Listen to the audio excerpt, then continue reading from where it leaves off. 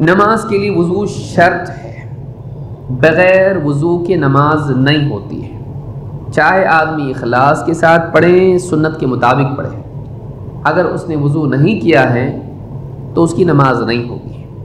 اللہ کے نبی صلی اللہ علیہ وسلم کے صحابی عبداللہ ابن عمر رضی اللہ تعالیٰ عنہ فرماتے ہیں، انی سمعت رسول اللہ صلی اللہ علیہ وسلم یقول، میں نے اللہ کے رسول صلی اللہ علیہ وسلم کو یوں فرماتے سنا، لا تقبل صلاۃ بغیر طہور ولا صدقۃ من غلول، لا تقبل صلاۃ بغیر طہور، نماز قبول نہیں ہوتی ہے بغیر طہور کے۔ طہور کیا ہے؟ وضو کو طہور عربی زبان میں کہتے ہیں، عربی زبان میں وضو کو وضو بھی کہتے ہیں اور اس کو طہور بھی کہتے ہیں۔ طہور کے معنی پاکیزگی، طہور کے معنی پاکیزگی، تو طہور وضو کو بھی کہا جاتا ہے۔ کہا کہ وضو کے بغیر نماز قبول نہیں ہوتی ہے۔ معلوم ہوا کہ نماز کے صحیح ہونے کے لیے اور اللہ کے ہاں مقبول ہونے کے لیے وضو ضروری ہے۔ اور کہا ولا صدقۃ من غلول، اور غلول میں سے صدقہ بھی قبول نہیں ہوتا ہے۔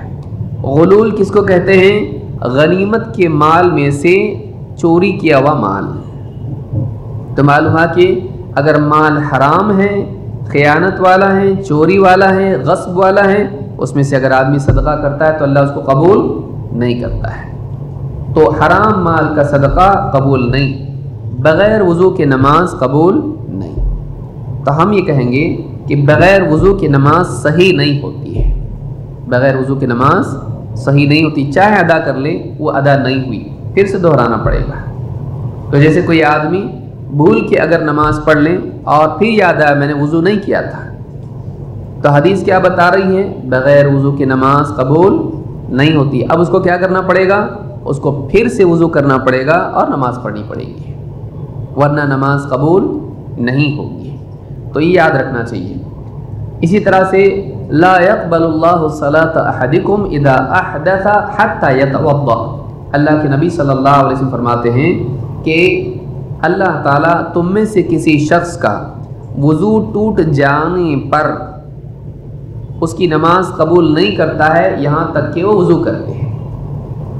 اس سے معلوم ہوتا ہے کہ اگر مثال کے طور پر نماز میں آدمی موجود ہے، وضو کر کے شریک ہوا ہے، لیکن کوئی ایسا کام اس سے ہو جائے جس سے وضو ٹوٹ جاتا ہے، مثلا ہوا نکل جانا، تو اب وہ اسی حال میں نماز جاری نہیں رکھ سکتا ہے، اس کے لیے نئے سرے سے وضو کرنا لازم ہے، اس کے لیے نئے سرے سے وضو کرنا لازم ہے۔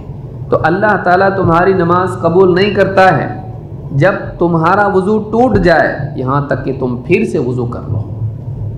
تو آدمی کہے گا کہ جیسے مثلا وضو کیا اس نے اور مسجد کی طرف جا رہا تھا، راستے میں وضو ٹوٹ گیا، ہوا نکل گئی، طبعاً ہے، اور آج کے دور میں تو زیادہ ہو رہا ہے یہ چیز، کھانے وانے اتنے ایسے ہو گئے وضو ٹوٹتا ہے۔